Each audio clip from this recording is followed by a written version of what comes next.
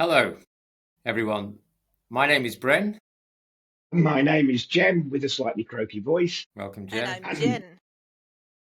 And Jen, who is returning to the Trunk2Tale Podcast. And in this podcast, we're going to be talking a little more about Jen's husband, Rich, and Jen herself. Rich has probable CTE stage 2, and he's also been diagnosed with early onset dementia.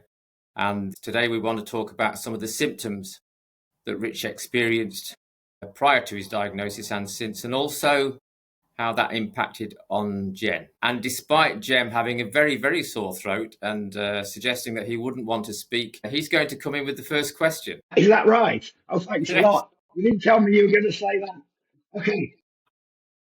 So, Jen, thanks for coming back for round 2 of the conversation. I'm sure there'll be more rounds in the future as well. But what I'd like to know is, what were the first signs for you that there was something happening here?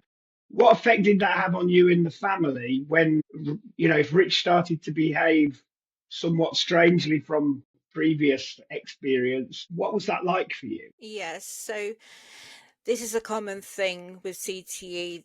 The first sign is depression and personality changes. With Rich, he's always been the life and soul of party. If anything, too confident, exact opposite to me. But slowly he started to get anxiety, which was a completely new thing for him, and he started to lose a bit of confidence, and he sank into a depression that we just thought was regular depression, but we couldn't put a finger on what was actually causing the depression. Like with me, my depression is linked to my past trauma. There was nothing in his life that we thought would be the cause of depression. At first, it was manageable, except that he started gambling. The gambling became such an issue, we ended up in an IVA because he was spending money that should have been going on bills. And the What's binge IVA? drinking.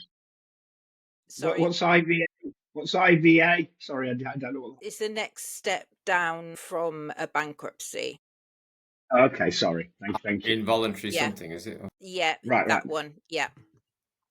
Then the binge drinking got out of hand. Was never drinking at home. It was always, as soon as he finished work on a Friday, I'm just going to get absolutely smashed out of my brain cells. So he would go to the pub after work on a Friday, and sometimes I wouldn't see him until like 6 o'clock in the morning on a Saturday. Come in, sleep, repeat, and then that just became a pattern of working Monday to Friday and partying hard as soon as he finished work on the Friday all the way through the weekend. Can I just ask, Jen, was he sort of perplexed himself that was happening, or was he just how he felt, so he was just cracking on with that? He's admitted now that in his head, he didn't know what was going on. He was using drink to curb the anxiety, make him feel confident. He was self-medicating, basically, with alcohol. It all came to a head, I think it was 5 years ago, just before the COVID lockdown. He went on a huge bender and he ended up trying to kill himself. That's when we knew something was seriously wrong with his mental health. But again, we still thought it was just regular depression. It never got any better. COVID stopped him from binge drinking because there was no pubs or clubs open. But because he wasn't able to self-medicate anymore, he just sank deeper into a depression. Yeah, and can I just, I knew I said I wouldn't talk, but can I just, when you said he was in a normal depression, had you then been to the doctor and had something diagnosed?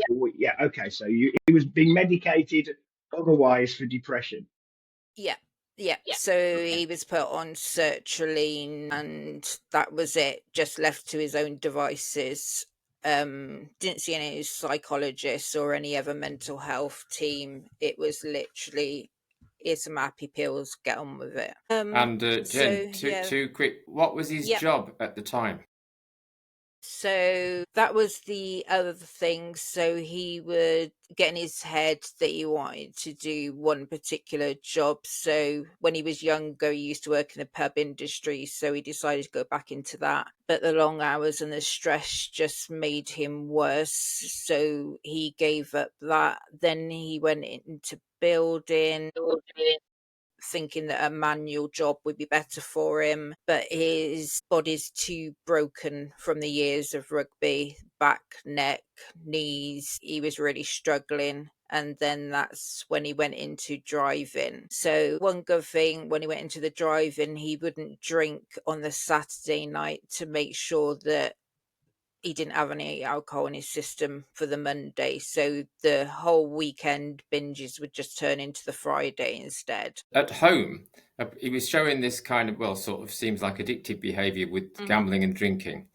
Was there any other behaviour at home which was similar, like obsessing or? He would obsess, and also he had impulse buys. Amazon account, things will turn up on the doorstep and he'd be like, where's this come from? Rich has been buying stuff again. And he will become impulsive over something and obsessed. So it could be something like, so he's been looking into podcasts recently. So now he's researching what microphones he needs and the software. But the thing is, he doesn't understand the technical stuff.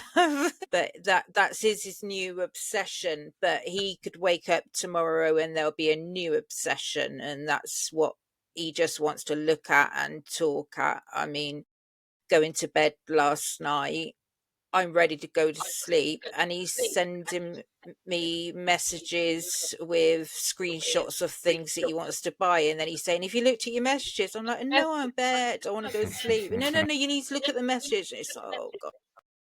Yeah, right. That's what it's like. Yeah. So he's suffering from anxiety and he's been drinking, and then you said obviously he had this bender, which marked a turning point, really, didn't it? It did.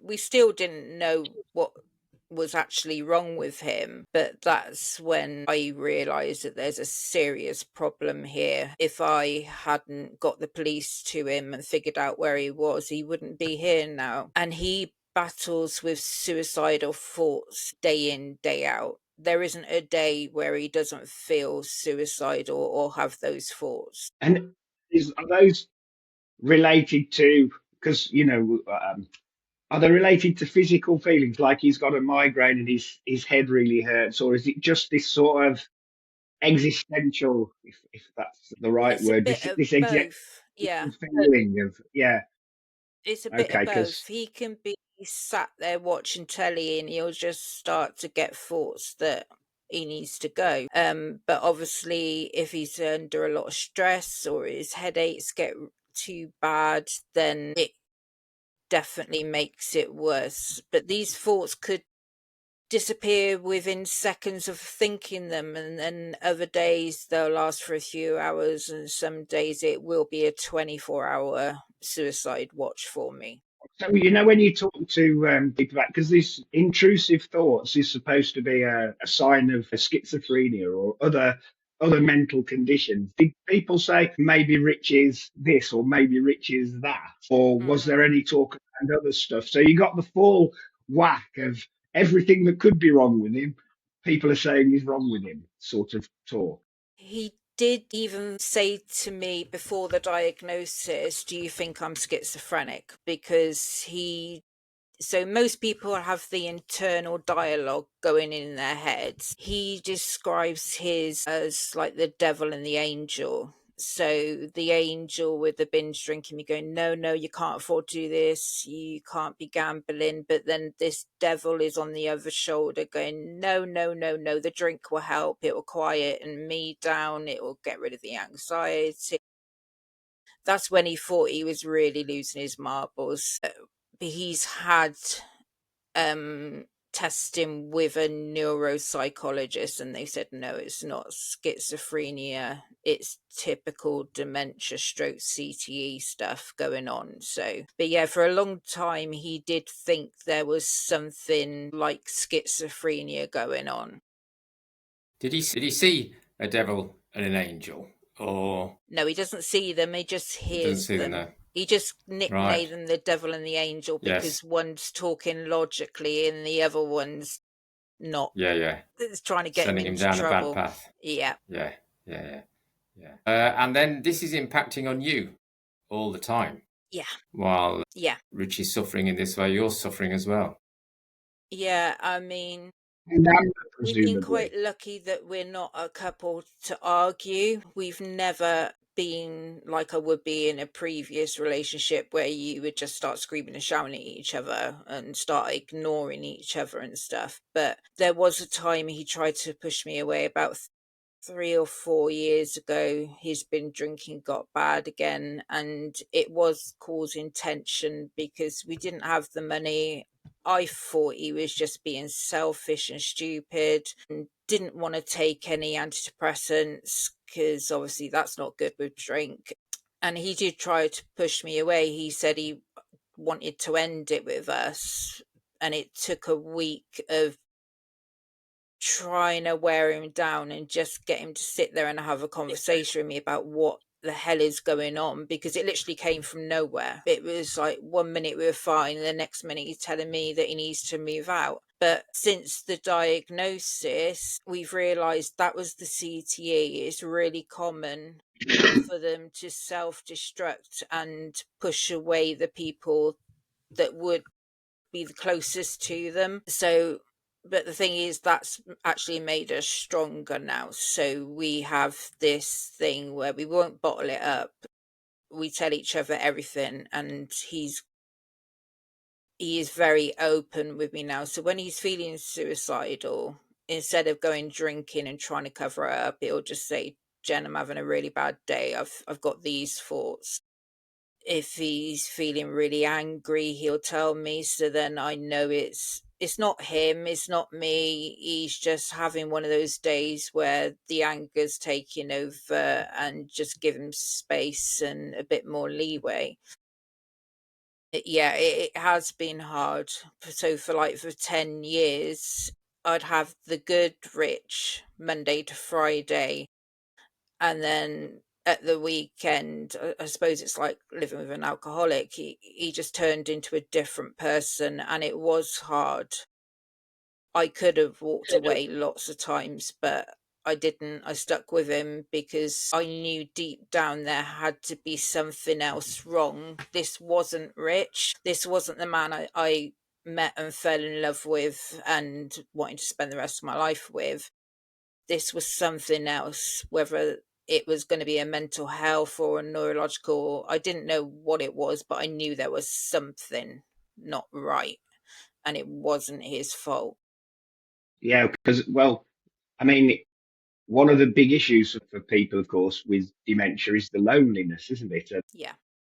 They manage to push people away from them, then they're just that's creating worse for them in that thing. So, and also, I guess, the fact that you and Rich were happy to come and talk about this is this sort of it's a good sign that the communication lines are open, and kudos to you two for being prepared to come and talk about these things so other people can hear what this is like, because it's not something that people will be very open about, is it?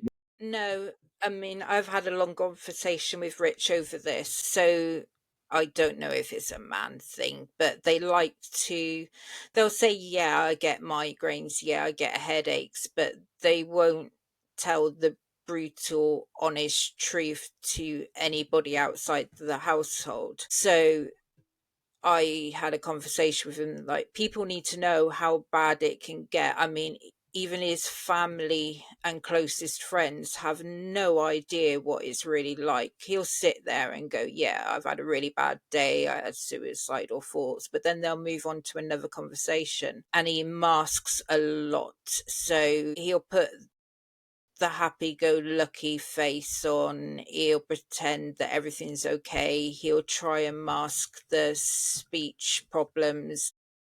If he's having a bad day and we're meant to be going somewhere, he'll cancel it because he'd rather not let people see the truth. But he was very clear to me that he was happy for me to be brutally honest. I mean, 5 minutes before coming on with you, he went, tell the truth, tell how bad it really is for us. Because he said, I can't do it, but you can for me.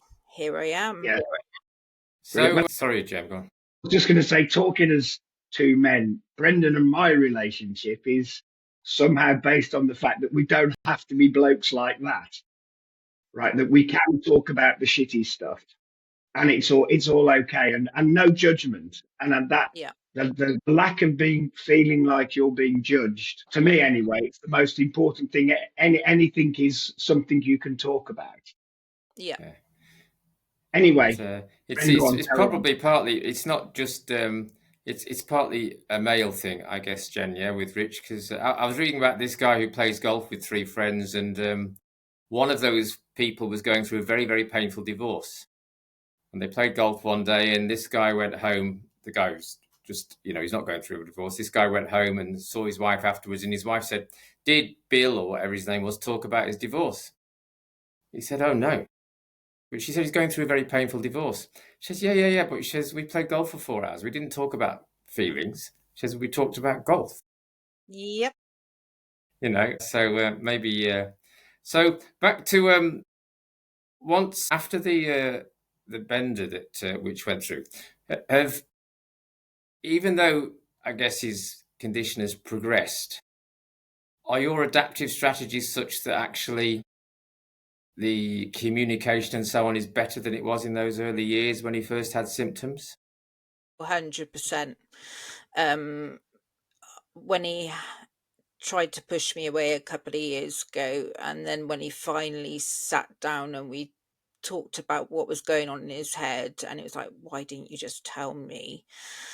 We agreed that we couldn't let that happen again. So no matter how ugly it is or how bad something might sound, we've got this agreement that we just tell each other now so that we won't go through that again. And it's really important with the suicidal thoughts as well, that I need to know how bad he is that day, because there's been a few days where he has been scared himself about how suicidal he's feeling. So those sort of days, I can't leave the house. I can't even go to Tesco's, because although we've put safeguarding things in place, like all the medication is hidden away where he can't find it, so he can't take an overdose, but that I can't wrap him up in cotton wool and strap him down to something so that I can leave the house. I've been suicidal myself, and I know that if you're that determined, you'll find a way. It's just best that I stay with him. I call it a suicide watch because, let's be honest, that's what it is. Yeah. It is, yeah. I can't leave him for a second, just in case. Yeah. So, Jen, before we came on, you were talking about this cycling. Did you call it? Now, here's my memory. Something to do with spoon therapy. Spoons. Yeah, I was thinking cycling. What's going on about? Spoons.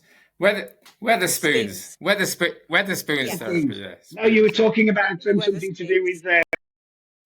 You've temporarily frozen, Jen. Can you still hear us? Spoon thing. Yeah. I can hear you. Okay. Yeah. Okay, you're carry back. on. That's fine. Yeah, you're back. Yeah. You're back. Yeah, carry on. Okay, we're back. Right. So it's mental exhaustion. That's when what you've we were got a talking about. chronic illness. Yeah. When you've got a chronic illness, everything is harder. So there is a lady, and I can't remember the name, that came up with the spoon therapy.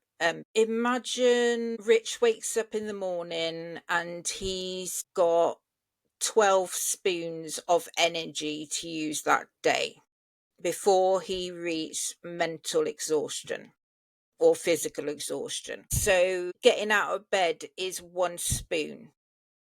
Taking your medication is another spoon. Taking a shower is 3 spoons. Having breakfast, 2 spoons. So just the morning routine is 9 spoons, and he's only got 12. So now he's only got 3 spoons for the rest of the day. And reading is meant to be something like 4 spoons, driving's 4 spoons. So you can see how he's becoming so exhausted so quickly. People can't seem to grasp it. So if we want to go out for a meal or something in the evening, we've got to prepare for that days in advance. We got to make sure that he's getting plenty of rest. He's not doing lots of phone calls. He's not doing lots of reading, to try and build up a reserve of spoons ready for that one thing that's going to cost a lot of spoons. So this is his daily battle. He'll get up thinking that he's full of energy, do the morning routine, watch TV for an hour, and he's completely exhausted. He needs to go to bed.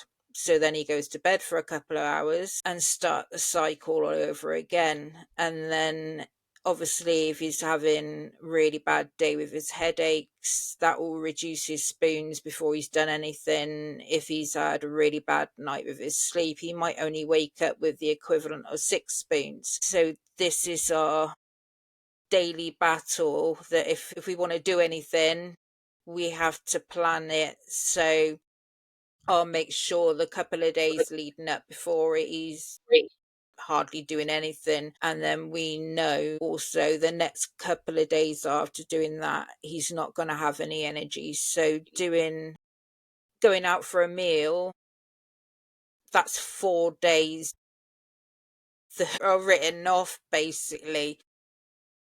So the spoon theory is a really good way to explain why they get tired so quickly, and that can be used in any chronic illness. It's not just dementia and CTE.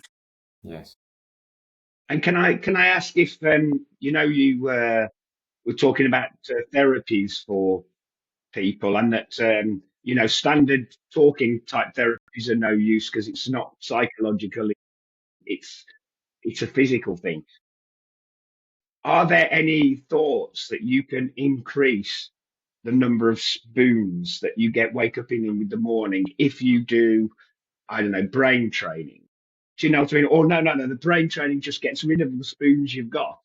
It doesn't help. Yeah. So what? No. There's some theory about this, or where are we with? As far as I've seen so far, I can't see any scientific answers to that. It's important that he still keeps the brain active. So the way he keeps his brain active is playing on his Xbox a lot, but he'll play strategy games as well as the typical shooting games, but that wipe him out. Right. He struggles with reading now, so he can't even read for that. So it's finding ways to try and find his way of exercising his brain, but it's not going to increase his spoons. We're just trying to make sure that he doesn't lose more brain function quicker. Right. And Jen, before we don't have that long left, before we finish, are there other things that Rich asked you to say? Yeah. The headaches. Right. So those started off just mild regular headaches that you'd get 1 or 2 a week. That was like 15 years ago. Sometimes he would get a migraine like once or twice a year, but as the years have gone on, both the headaches and the migraines have become more of a problem. Present day, he wakes up with a level 4 headache minimum. He goes to bed with a level 4 minimum. It's no longer, have you got a headache? It's, what level is it today?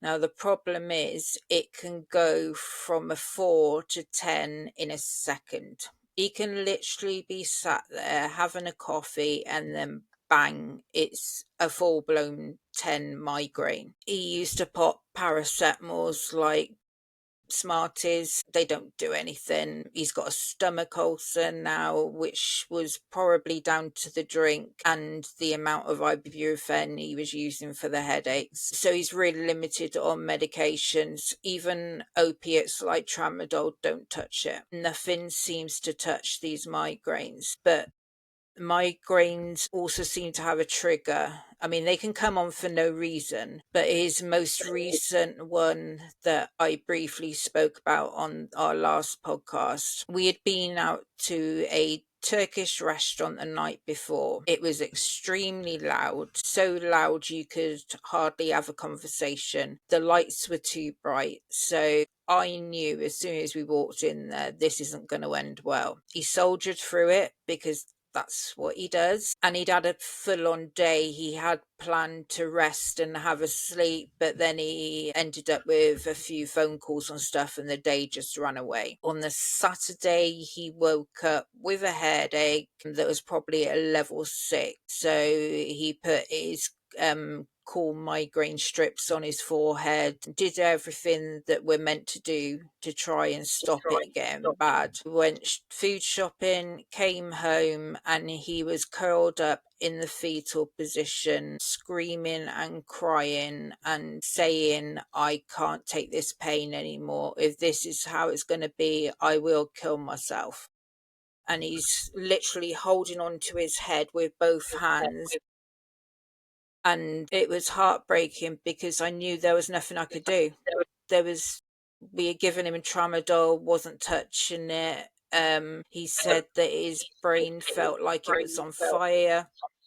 So we put a cool tea towel on his head. That wasn't doing anything. Dark sunglasses on him. And even with all the blackout curtains shut, TV's off, houses are pitch black, he's got really dark sunglasses on and his eyes shut, and he's still saying it's too bright, it's hurting my eyes and my head. I had to lead him to the bedroom like a blind person because he couldn't open his eyes. Got him on bed. As soon as he led down, it made the pain worse. There was just no way that he could get comfortable, and all I could do was hold him like one of my kids when they were ill as a toddler, with his head on my lap, stroking his head until he passed out. And he literally passed out from the pain. 1 minute he's crying, the next minute he's gone deadly quiet. That went on for 2 days.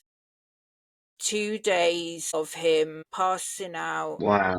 Screaming in pain, nothing will work. I mean, if he needed to go to the toilet, I had to lead him to the toilet because he couldn't open his eyes. So that's how bad the migraines get in CTE. There are stories of ex-rugby players converting wardrobes into like a blackout room so they can go and sit in there in complete darkness. There's ones that will literally be smashing their head against a brick wall because the pain is just too much.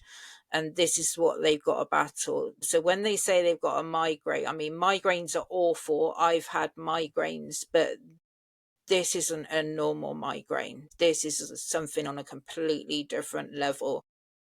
And now he lives in fear of when that next one's coming, and is it going to be even worse than that? And then it took him a week to get over it. Yeah. So 2 weeks 2 days of the extreme pain and passing in and out of consciousness. And then it gradually went down to a normal stage 4 headache. But it completely wiped him out. He was in bed for a week. It took him that long to get over it. Yeah, it was horrible. Out of all of his symptoms and all of his problems, I mean, it's not nice that he can't remember our wedding day or our daughter's wedding day, but I'd rather him even forget who I am if he didn't have those migraines. Yeah, and as you say, there's nothing you can do about it. It's just nope. You live with it until it passes. Yeah. Yeah. Yeah. We've seen a neurologist. now, and it is possible to have Botox injections, which we've spoken to a few of the other guys that have had, and it's been really effective. It's not a pleasant procedure. We're talking Botox injections going into your head in 18 different sites, including the temples, which apparently is excruciating. But to get that on the NHS, he has to have tried 3 other drugs, which are all known to mess with your serotonin levels. So they might sort the headaches out, but then make him more depressed. Yeah. So we've got to try these 3 different drugs, hoping that they don't work so they can just give him the Botox. And then he'll have to have that redone every year if it works. Yeah. That's intense. Well, thanks for sharing all of that, Jen. I'm sure we're going to be, we're going to be back talking to you again in the future. And just, I'd say we usually like to end on a note of some hope. It sounds like we didn't, but you were talking about the Botox injections that they might provide some relief. And I think, I did catch up with you a little bit after you'd been to see the neurologist, and that's hopeful because you seem to have some greater recognition in the NHS of what's going on with Rich. And that's, I think that's to a large extent, that's what this is all about.